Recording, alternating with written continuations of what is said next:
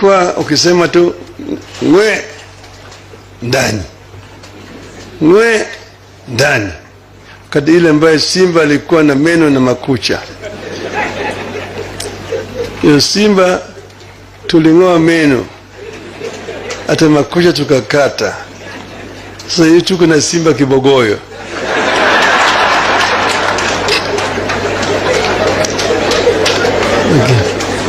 Haikuwa rahisi.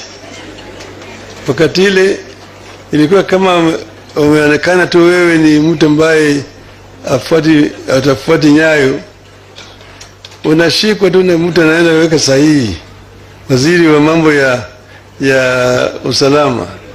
Hiyo inatosha kuweka yeye jela Kamiti au Shimulatewa au Naivasha kwa miaka mingi zaidi.